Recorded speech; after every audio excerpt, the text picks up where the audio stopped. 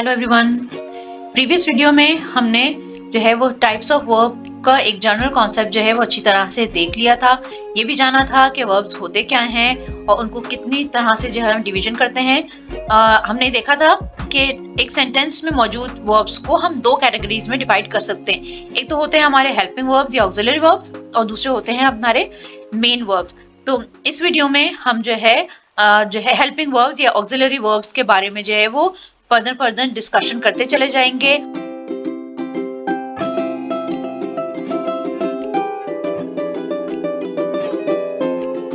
आज के वीडियो में टाइप्स ऑफ वर्ब्स में हम बात करेंगे हेल्पिंग वर्ब्स या ऑक्सिलरी वर्ब्स, यानी दोनों सेम ही चीजें होती हैं उसके बारे में। प्रीवियस वीडियो में मैंने आपको एक जर्नल कॉन्सेप्ट दिया था वर्ब्स के बारे में और टाइप्स ऑफ वर्ब्स के बारे में। तो इस वीडियो में हम अब फर्स्ट टाइप जो आपकी हेल्पिंग वर्ब्स की होती है उसके बारे में हम डिस्कस करेंगे। जैसे कि आपको मालूम है कि हेल्पिंग वर्ब्स जो है 23 टाइप्स के होते हैं। अब इन 23 टाइप्स को हम दो कैटेगरीज में डिवाइड करते हैं, एक प्राइमरी और एक मॉडल। अब प्राइमरी के अंदर कौन कौन से हेल्पिंग वर्ब्स आ जाते हैं? प्राइमरी को हम थ्री कैटेगरीज में डिवाइड करते हैं, बी, डू और हैव। और मॉडल वर्ब्स आपके can, could, may, might, shall, should, will, would, must और ought to जो है ये डिवीजन आपकी हेल्पिंग वर्ब्स की हो जाती है। यानी ये कुल मिला के जो है 23। अब आप कहेंगे कि यहाँ पे 23 तो नहीं हो रहे हैं। जी, मुझे मालूम है। यहाँ पे हम ये प्राइमरी जो आपके हेल्पिंग वर्ब्स होते हैं इनको जो है मजीद डिवीजन की जाती है और इसके अंदर जो हेल्पिंग वर्ब्स और मौजूद होते हैं। Let's see them. तो सबसे पहले हम बात करेंगे हेल्पिंग वर्ब्स के फर्स्ट कैटेगरीज में हम डिवीजन करते हैं प्राइमरी ऑक्सिलरी वर्ब्स की। प्राइमरी ऑक्सिलरी वर्ब्स को 3 कैटेगरीज में डिवाइड किया जाता है, यानी टू डू, टू हैव और टू बी। अब इन सब में कौन कौन से हेल्पिंग वर्ब्स आ जाते हैं? अब यहाँ पे आप देखेंगे कि आप अगर मॉडल वर्ब्स को और इन सबको मिला के कंप्लीट करें तो ये 23 वर्ब्स जो है वो हो जाएंगे। देखते हैं टू डू में कौन से हेल्पिंग वर्ब्स आते हैं। टू डू में डू, डज और डिड जो है वो हेल्पिंग वर्ब्स शामिल होते हैं। टू हैव में हैज, हैव और हैड को जो है वो इंक्लूड किया जाता है। और टू बी में इज, एम, आर, वॉज, वर। अब आपने देखा कि यहाँ पे ये मिला के जो है आपके हेल्पिंग वर्ब्स जो आप बहुत कॉमनली हम इस्तेमाल कर रहे होते हैं इस तमाम जो है वो उसमें शामिल हो जाते हैं। इस टू बी में बी, बीन और बीइंग का इस्तेमाल भी होता है, लेकिन इसके बारे में हम बाद में डिस्कशन करेंगे। तो यहाँ पे डू, डज और डिड का इस्तेमाल जब भी किया जाता है तो उसके साथ हम हमेशा हेल्पिंग वर्ब की फर्स्ट फॉर्म जो है वर्ब की हम फर्स्ट फॉर्म जो है इस्तेमाल करते हैं, यानी अपनी मेन वर्ब की फर्स्ट फॉर्म। जैसे आपको मैंने प्रीवियस वीडियो में बताया था कि हेल्पिंग वर्ब जो है आपको हेल्प करते हैं किस चीज में? मेन वर्ब्स को जानने के लिए, यानी मेन वर्ब्स की बेसिकली ये हेल्प कर रहे होते हैं ये तमाम हेल्पिंग वर्ब्स। तो डू, डज और डिड के साथ वर्ब की फर्स्ट फॉर्म इस्तेमाल होती है, हैज, हैव के साथ वर्ब की थर्ड फॉर्म इस्तेमाल की जाती है और इज, एम, आर, वॉज, वर के साथ फोर्थ फॉर्म या कहा जाए तो V1 के साथ ING फॉर्म इस्तेमाल की जाती है। अब इन सब की यानी हेल्पिंग वर्ब के साथ इस मेन वर्ब का इस्तेमाल हम कहाँ करते हैं, यानी यूजेस क्या क्या हैं? तो डू, डज और डिड के साथ फर्स्ट फॉर्म ऑफ वर्ब हम इस्तेमाल करते हैं इनडेफिनिट टेंस में। और इनडेफिनिट टेंस में भी आप जानते हैं कि इनडेफिनिट टेंस का जो फॉर्मूला होता है उसमें आप सब्जेक्ट के साथ डायरेक्टली जो है इस्तेमाल कर रहे होते हैं अपना हेल्पिंग अपने जो है फर्स्ट फॉर्म ऑफ वर्ब। लेकिन जब हमने नेगेटिव बनाना होता है, इंटरोगेटिव बनाना होता है या फिर हम किसी चीज पे एम्फेसिस करना चाह रहे होते हैं, यानी किसी बात पे जो है एम्फेसाइज करना चाह रहे होते हैं, तो हम डू, डज और डिड का इस्तेमाल करते हैं। और हैज, हैव, हैड का इस्तेमाल हम करते हैं परफेक्ट टेंस के अंदर। और इज, एम, आर, वॉज, वर का इस्तेमाल किया जाता है कंटिन्यूअस टेंस के अंदर। तो यहाँ पे अब ये हम बारी बारी इनके बारे में जो है वो जानना शुरू करेंगे और देखेंगे कि आखिर हमारे ये तमाम जो हेल्पिंग वर्ब्स हैं और अपने मेन वर्ब्स के साथ किस तरह से इस्तेमाल होते हैं। तो हम शुरू करते हैं डू, डज और डिड के साथ। तो हेल्पिंग वर्ब की टाइप प्राइमरी की सब टाइप टू डू को हम सबसे पहले जो है वो डिस्कस करेंगे। जैसे कि अभी आपने प्रीवियस स्लाइड में देखा कि टू डू में आपके डू, डज और डिड जो है वो शामिल होते हैं और हमने ये भी देखा कि इसके साथ फर्स्ट फॉर्म ऑफ वर्ब हमेशा इस्तेमाल की जाती है किस टेंस में, इंडेफिनिट टेंस में। और इंडेफिनिट टेंस में भी जब हम नेगेटिव, इंटेरोगेटिव और एम्फेसिस के लिए जब हम सेंटेंसेस को जो है वो इस्तेमाल कर रहे होते हैं, सेंटेंस बना रहे होते हैं, तब हम डू, डज और डिड का इस्तेमाल जो है वो कर सकते हैं। अब नेगेटिव में किस तरह से और कौन कौन से सब्जेक्ट्स के साथ जो है हम डू का इस्तेमाल करते हैं, किसके साथ हम डज का और किसके साथ हम डिड का इस्तेमाल करते हैं, अब वो हम फर्दर हम वो देखते जाएंगे। तो सबसे पहले सब्जेक्ट्स आपके, ये तमाम आपके सब्जेक्ट्स होते हैं I, you, we, they, he, she, it. आप यहाँ पे जानते हैं कि आई जो है वो तकरीबन अलग कैटेगरी में हम ले लेते हैं। कभी वो सिंगुलर के तौर पर भी इस्तेमाल होता है, यानी वो सिंगुलर वर्ब्स को भी, हेल्पिंग वर्ब्स को भी लेता है, और कभी प्लूरल को भी लेता है। यू, वी और दे आपके हमेशा प्लूरल वर्ब्स के तौर पे इस्तेमाल होते हैं, सब्जेक्ट्स के तौर पे इस्तेमाल होते हैं। और ही, शी, इट जो है आपके जो है वो सिंगुलर सब्जेक्ट्स के तौर पे इस्तेमाल होते हैं। अब हम देखेंगे कि आखिर हम इन तमाम सब्जेक्ट के साथ इनमें से कौन कौन से हेल्पिंग वर्ब्स इस्तेमाल करते हैं। तो आई के साथ, यू, वी, दे, इन तमाम के साथ जो है हम इस्तेमाल करते हैं। आई के साथ डू का इस्तेमाल किया जाता है और यू, वी, दे के साथ भी हम डू का ही इस्तेमाल करते हैं। यहाँ आई को जो है हम यानी प्लूरल के तौर पे ले रहे हैं, हालांकि हम सिंगुलर जो है अपनी बात कर रहे होते हैं, सिर्फ सिंगल है, लेकिन हम डू का इस्तेमाल उसके साथ करते हैं। ये इंग्लिश लैंग्वेज में ये थोड़ी सी एक्सेप्शंस जो है वो आई के साथ चलती रहती है। कभी ये सिंगुलर का ले लेता है, कभी प्लूरल का हेल्पिंग वर्ब ये अपने साथ ज्वाइन करता है। अब यहाँ पे आपने देखा कि यू, वी, दे के साथ डू का इस्तेमाल, ही, शी, इट के साथ डज का इस्तेमाल जो है वो किया जाता है। यानी ये जो आपके सिंगुलर सब्जेक्ट्स हैं वो डज लेते हैं और प्लूरल सब्जेक्ट्स जो है वो डू का जो है वो हेल्पिंग वर्ब अपने साथ अटैच करते हैं। और ये बात याद रखिएगा कि वो नेगेटिव और इंटेरोगेटिव में ही सिर्फ जो है वो अपने साथ ये अटैच करते हैं, वरना तो फिर इंडेफिनिट टेंस में सिर्फ first form of verb directly इनके साथ हेल्पिंग वर्ब्स सब्जेक्ट्स के साथ जो है वो शामिल हो जाती है। अब डिड का इस्तेमाल हम कहाँ करते हैं? जी हाँ, डिड का इस्तेमाल इन तमाम ही सब्जेक्ट के साथ आप डिड का इस्तेमाल बहुत आसानी के साथ कर लेते हैं। यानी आपको सिंगुलर हो या प्लूरल हो, आपको कुछ भी देखने की जरूरत नहीं होती, आप सिर्फ डिड का इस्तेमाल और फिर वही के नेगेटिव और इंटेरोगेटिव के लिए ही आप इस्तेमाल करते हैं। अब हम कुछ सेंटेंसेस से इसको थोड़ा सा क्लियर करते हैं। जी, तो यहाँ मैंने एक बहुत सारे जो है आपके कॉम्प्रिहेंशन के लिए, समझने के लिए मैंने सेंटेंसेस लिखे हैं। तो फर्दर हम देखते जाते हैं। अब आई के साथ जो है मैंने आपको क्या कहा था कि डू का इस्तेमाल किया जाता है और वो भी नेगेटिव में। तो आप यहाँ पे देख रहे हैं, I do not want to attend the party. यहाँ पे आपने नॉट के साथ जो है वो डू का इस्तेमाल किया आई के साथ, ठीक है। यू डू नॉट नीड या डोंट नीड जो कॉन्ट्रैक्शन है आपकी, आप इस तरह से भी इस्तेमाल कर सकते हैं। You don't need to worry about me. We do not work together. They do not paint the wall.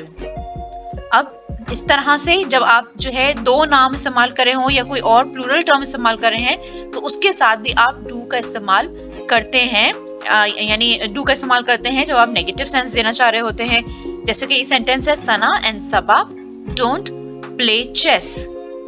अब आपके सिंगुलर सब्जेक्ट के साथ देखते हैं, he does not eat healthy. She does not cook at home. It does not wiggle its tail. आप जानते हैं कि it का वर्ड जो है हम सब्जेक्ट या जो प्रोनाउन है हम वो एनिमल्स के लिए इस्तेमाल कर रहे होते हैं, इसीलिए मैंने सेंटेंस को इस तरह से फॉर्म किया है, it does not wiggle its tail. Hiba single name लिया है मैंने, तो उसके साथ में डज का इस्तेमाल करूंगी यकीनन। तो हिबा doesn't write diary. अब यहाँ पे आपने देखा कि सिंपल आपके जो है नेगेटिव के साथ आपका डू और डज का इस्तेमाल किस तरह से हुआ है। अब मैंने आपको बताया था कि इंटेरोगेटिव में भी आप जब इंटेरोगेटिव बनाना चाह रहे होते हैं तब भी आप डू का इस्तेमाल करते हैं। तो मैंने यहाँ पे कुछ सेंटेंसेस के इंटेरोगेटिव यहाँ पे आपके लिए बना लिए हैं, देखते जाते हैं। Do I attend the party. अब मैंने सिंपल इस डू को उठा के यहाँ पे जो है जंप करके ये फर्स्ट में आ गया, बिगनिंग में आ गया और आपका सेंटेंस जो है बहुत आसानी के साथ इंटरोगेटिव में चेंज हो गया है। अब यहाँ पे आपने देखा था कि नॉट का वर्ड हमने इस्तेमाल नहीं किया है, यानी जो है इंटरोगेटिव नेगेटिव के सेंस में नहीं है, लेकिन जब आपको इंटरोगेटिव बनाना होगा तो आपको लाजमी डू का इस्तेमाल करना ही है इंडेफिनिट टेंस में। Do we work together, again do जो है जंप करके फर्स्ट में आया और उसने आपके जो है एक सिंपल सेंटेंस को, असर्टिव सेंटेंस को जो है वो इंटरोगेटिव में चेंज कर दिया। Do Sana and Saba play chess, does she cook at home, अब यहाँ पे डस का इस्तेमाल किया था हमने हेल्पिंग वर्ब का, तो वो जो है वो बिगनिंग में आ गया और फिर सब्जेक्ट को जो है आप सेकंड इसके साथ अटैच कर लेंगे। Does she cook at home, does it wiggle its tail. तो इस तरह से आपने देखा कि यहाँ पे डू और डस का इस्तेमाल नेगेटिव बनाने में और डू का इस्तेमाल और डस का इस्तेमाल इंटरोगेटिव बनाने में कितने आसानी के साथ हमने जो है वो सीख लिया। अब हम देखते हैं कि इंडेफिनिट के पास्ट में जो हम इस्तेमाल करते हैं डिड, उसको हम किस तरह से यूज करते हैं। फिर अगेन मैंने बहुत एक अच्छी लंबी लिस्ट जो है आपके लिए सेंटेंसेस की बना रखी है, फर्दन फर्दन हम देखते चले जाते हैं। I did not attend the party on Sunday, अब यहाँ पे आप देख रहे हैं कि जब मैंने did का इस्तेमाल किया है तो यहाँ पे मैंने attend वर्ड यूज किया है, यानी ये पास्ट टेंस में तो है लेकिन ये हेल्पिंग वर्ब आपका किसी तौर पे भी पास्ट टेंस में नहीं जाएगा। जब भी आप सेंटेंस में डिड जो है वो इस्तेमाल कर लेंगे तो आपका वर्ब जो है, मेन वर्ब, वो आपका फर्स्ट फॉर्म में चेंज हो जाएगा। जैसे आपको याद होगा, आपने अभी पीछे स्लाइड्स में देखा था कि वर्ब की फर्स्ट फॉर्म हमेशा इस्तेमाल होती है, यहाँ पे कहीं पे भी सेकेंड फॉर्म ऑफ वर्ब इस्तेमाल नहीं होगी। You didn't play well this time, did के साथ अगेन play वर्ड है, फर्स्ट फॉर्म ऑफ वर्ब।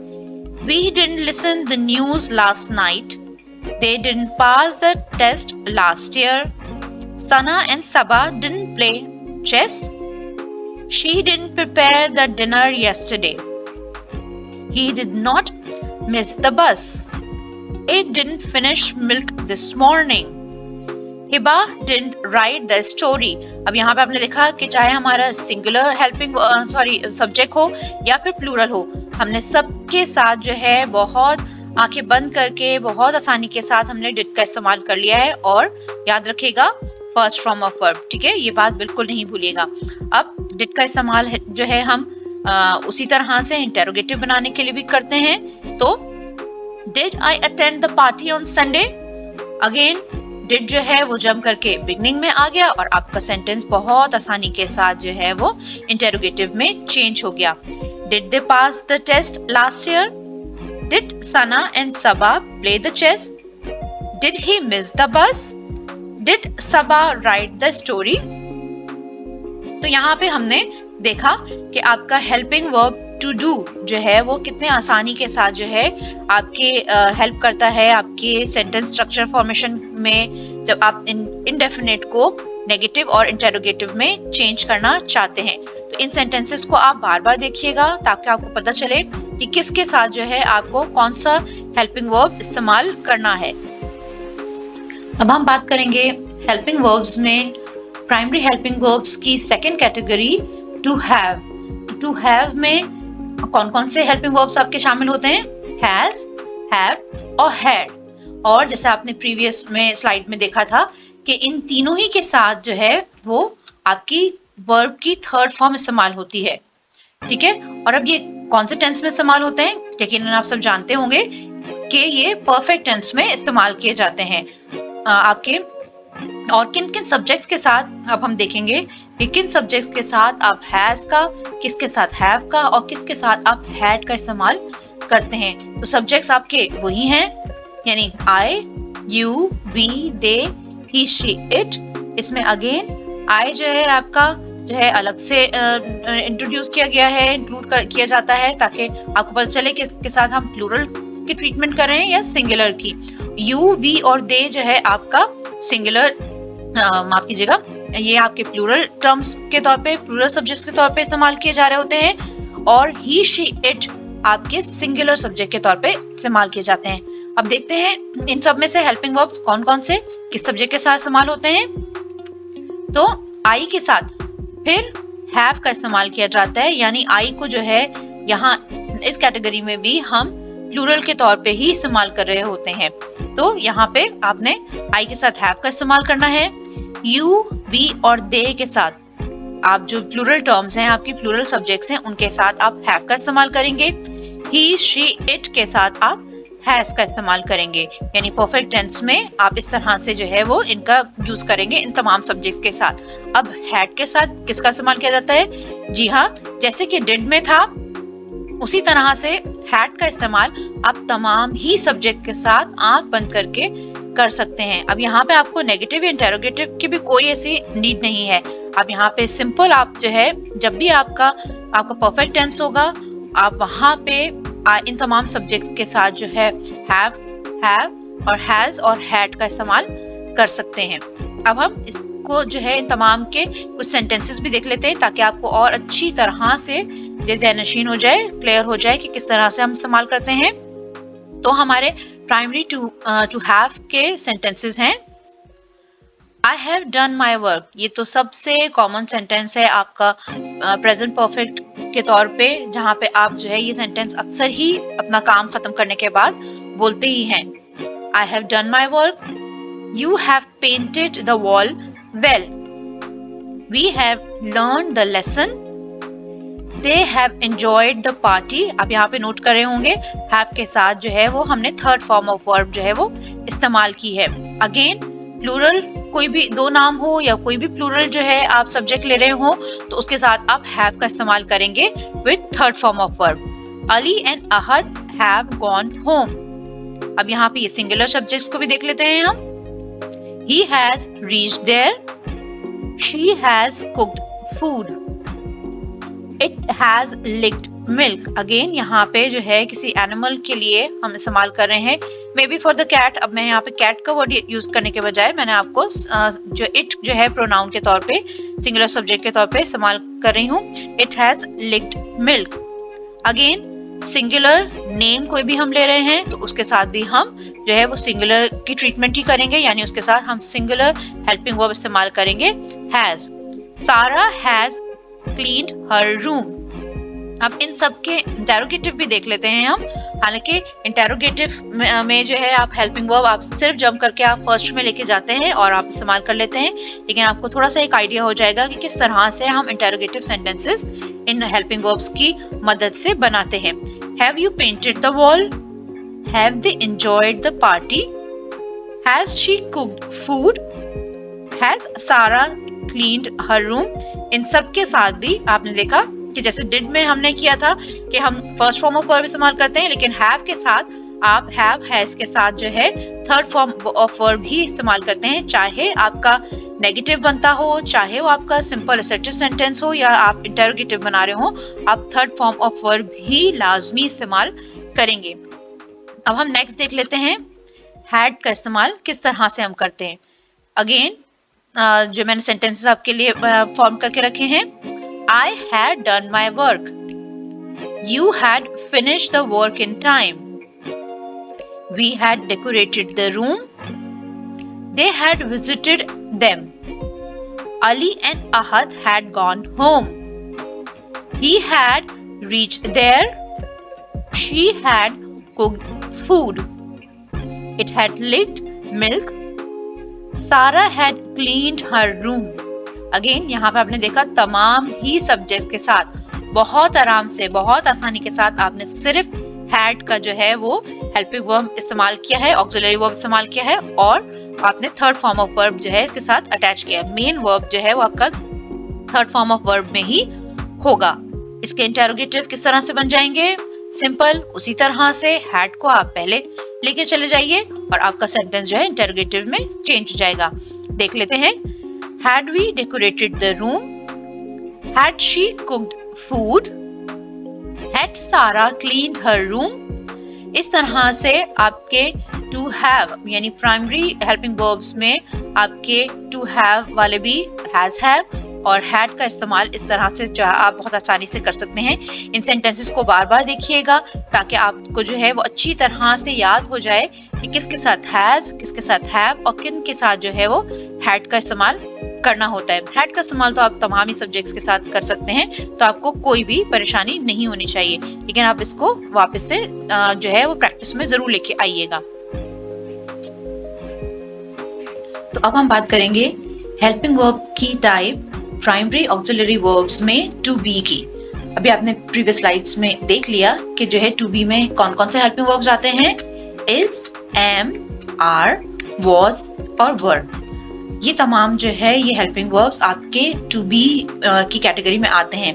यानी अगर आपके एग्जाम्स में कहीं पे इस्तेमाल का लिखा जाता है, यानी डू एज डायरेक्टिव में लिखा जाता है कि आपको यूज करना है बी फॉर्म ऑफ वर्ब, तो आपको अब यहाँ पे क्लियर हो जाएगा कि बी फॉर्म का मतलब है इज, एम, आर या वॉज वर्ब में से किसी भी हेल्पिंग वर्ब का इस्तेमाल जो अकॉर्डिंग टू द सेंटेंस होगा। अब यहाँ पे is, am, are, was verb के साथ जो है आपके फोर्थ फॉर्म ऑफ वर्ब या कहा जाए तो फर्स्ट फॉर्म ऑफ वर्ब के साथ आईएनजी फॉर्म जो लगती है, यानी अब जो है ग्रामर में आईएनजी फॉर्म को फोर्थ फॉर्म ऑफ वर्ब ही बोला जा रहा है। और इसका इस्तेमाल हम कौन से टेंस में करते हैं? यकीनन आईएनजी का आपको मालूम है कि कौन से टेंस में किया जाता है, कंटिन्यूअस टेंस में इसका इस्तेमाल हम करते हैं। अब ये किस तरह से जो है वो किस सब्जेक्ट्स के साथ इज, किसके साथ एम, आर और वॉज वर्ब इस्तेमाल होते हैं, देखते हैं जी। सब्जेक्ट आपके वही हैं, I, you, we, they, he, she, it.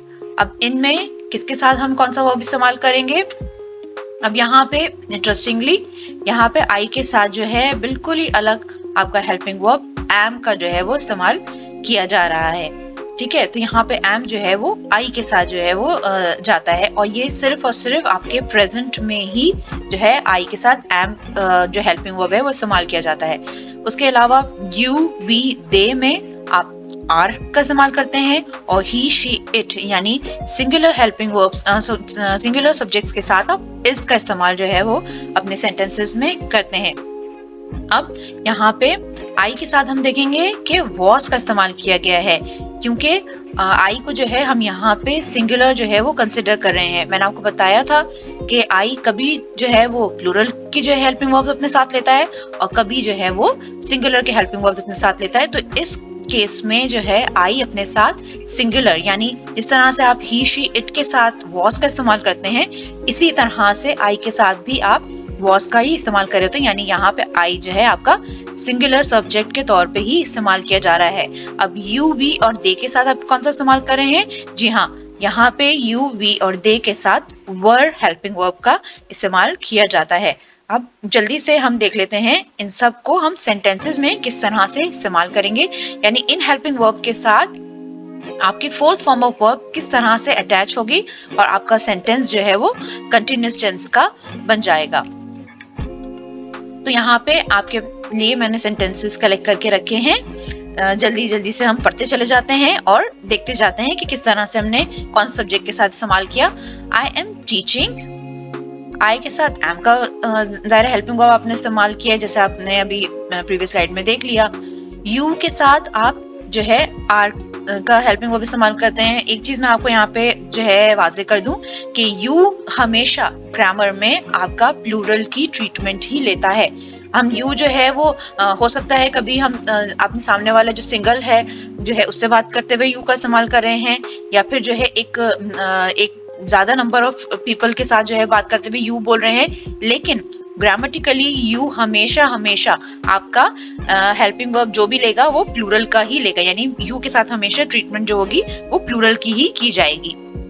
तो यहाँ पे हमने कहा you are watching video, we are learning English, they are enjoying weather, Ali and Asad are studying, he is playing cricket, she is preparing the dinner, it is snowing outside, maid is cleaning the room। अब यहाँ पे maid word, यहाँ मैंने जो है किसी का नाम लेने के बजाय maid का वर्ड यूज किया। भाई maid भी जो है हम सिंगुलर सब्जेक्ट के तौर पे ले सकते हैं ना, तो यहाँ पे हमने जो है सिंगल सब्जेक्ट, ताकि आपको थोड़ा सा आइडिया हो जाए, आपका जो है वो क्लियर हो जाए कॉन्सेप्ट कि हम यहाँ पे किसी तरह का भी जो है वो सिंगुलर सब्जेक्ट जो है वो यहाँ पे यूज कर सकते हैं। तो यहाँ पे आपने ये देखा इन तमाम के साथ जो है किस तरह से एम, आर और इसका जो है वो इस्तेमाल किया गया। अब जल्दी से हम देखते हैं कि हम पास्ट टेंस पे यानी पास्ट कंटिन्यूअस टेंस में वॉज और वर का इस्तेमाल कैसे करेंगे। तो इन्हीं सेंटेंसेस को मैंने आपके लिए जो है वो पास्ट में जो है वो पास्ट कंटिन्यूअस टेंस में मैंने चेंज कर दिया है। Take a look. It was I was teaching, you were watching video, we were learning English, they were enjoying weather, Ali and Asad were studying। यहाँ से आपने जो है वर का इस्तेमाल किया, आई के साथ वॉज का इस्तेमाल कर लिया। अब फिर इन्हीं सिंगुलर सब्जेक्ट्स के साथ वॉज का इस्तेमाल है। He was playing cricket, she was preparing the dinner, it was snowing yesterday, maid was cleaning the room। तो इस तरह से आपने अच्छी तरह से देख लिया कि किस तरह से आपका was, were और जो है बाकी सारे हेल्पिंग वर्ब्स आपके इस्तेमाल किए जाते हैं। इस वीडियो को आप बार बार देखिएगा ताकि आप जो है वो आपका ये कॉन्सेप्ट क्लियर हो जाए कि आपके हेल्पिंग वर्ब जो है किस तरह से कौन से सब्जेक्ट के साथ कौन से हेल्पिंग वर्ब्स जो है ऐड किए जाते हैं। तो आज की वीडियो में हमने प्राइमरी हेल्पिंग वर्ब या प्राइमरी ऑक्सिलरी वर्ब्स को अच्छी तरह से सीखा, जाना कि डू, डज और did, has, have, had, is, am, are, was, were जो है वो कहाँ किन सब्जेक्ट्स के साथ इस्तेमाल किए जाते हैं। क्योंकि ये तमाम हेल्पिंग वर्ब्स हैं तो ये मेन वर्ब्स को हेल्प आउट करते हैं ताकि आप जो है टेंस को आइडेंटिफाई कर सके कि आया ये आपका इंडेफिनिट टेंस है, परफेक्ट टेंस है या आपका कंटिन्यूअस टेंस में इस्तेमाल किया जा रहा है। तो आपको यकीनन ये अच्छी तरह से समझ में आ गया होगा। आप अगर बार बार वीडियो देखेंगे तो आपके यहाँ पे जिसमें हमें ज़्यादा मिस्टेक आती है डू, डज और डिड के सेंस में, जहाँ पे हम नेगेटिव में इंडेफिनिट टेंस को जो है हम चेंज कर रहे होते हैं तब हम इस्तेमाल कर रहे थे, या इंट्रोगेटिव में या एम्फेसिस के लिए। तो यहाँ पे आप अगर ये वीडियो को अच्छी तरह से देखेंगे तो आप क्लियरली आपको पता चल जाएगा कि किस तरह से हम डू, डज और डिड का इस्तेमाल करते हैं प्रेजेंट और पास्ट इंडेफिनिट टेंस बनाने के लिए। और यहाँ पे हैज, हैव, हैड के लिए भी कि परफेक्ट प्रेजेंट परफेक्ट के लिए किस तरह से इस्तेमाल किया जाता है, और हैड जो है आपके पास्ट परफेक्ट के लिए किस तरह से इस्तेमाल किया जाता है। और इस कैटेगरी में टू बी की कैटेगरी में इज, एम, आर आपके प्रेजेंट कंटिन्यूअस टेंस में और was और were आपके पास्ट कंटिन्यूअस टेंस में किस तरह से जो है आपको हेल्प आउट करता है टेंस के टाइम को आइडेंटिफाई करने के लिए। इसमें आपने जो है अच्छी तरह से देख लिया कि हमारे कम से कम कोई 11 जो है ऑक्सिलरी वर्ब्स हमने यहाँ पे कवर कर लिए हैं कि उनका इस्तेमाल कहाँ पे और किस तरह से होता है। प्राइमरी ऑक्सिलरी वर्ब्स हमने बी, डू और हैव का इस्तेमाल अच्छी तरह से देख लिया।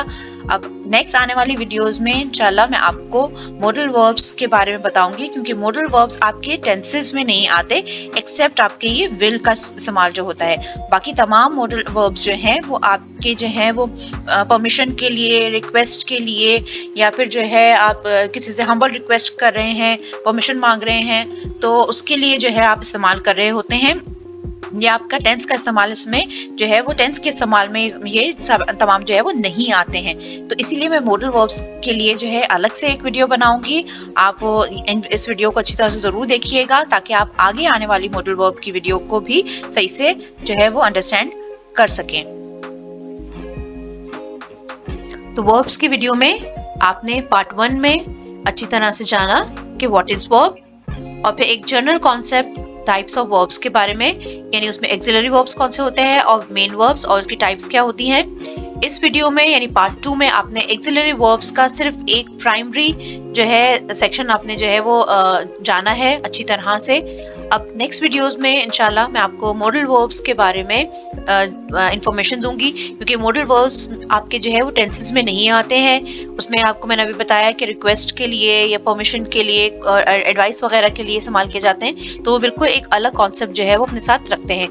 वर्ब जैसे कि किंग ऑफ सेंटेंसेस है, इसीलिए एक ये बहुत वास्ट टॉपिक है जिसके लिए जो है वो बहुत सारी वीडियोस जो है वो बनाई जा सकती हैं। मैं आपके लिए एक जर्नल कॉन्सेप्ट जो है वो क्लियर करने के लिए ला रही हूँ, ताकि जो है आपको एक पता चल जाए कि हाँ कौन सी टाइप्स होती हैं, उनको कहाँ कहाँ पे इस्तेमाल किया जाता है। मॉडल वर्ब्स भी, उसके बाद ट्रांजिटिव वर्ब्स और इंट्रांजिटिव वर्ब्स जो है एक वर्ब का बहुत ही इंपॉर्टेंट सेक्शन होने वाला है। तो आने वाली नेक्स्ट वीडियोस के लिए चैनल को मेरे सब्सक्राइब जरूर कीजिएगा। अगर आपको ये वीडियो भी पसंद आई है तो लाइक जरूर कीजिएगा और अपने दोस्तों के साथ भी इसको शेयर कीजिएगा ताकि ये इन्फॉर्मेशन जो है दूसरों तक भी पहुंच सके। और अगली वीडियो तक के लिए मुझे इजाजत दीजिए। अल्लाह हाफिज।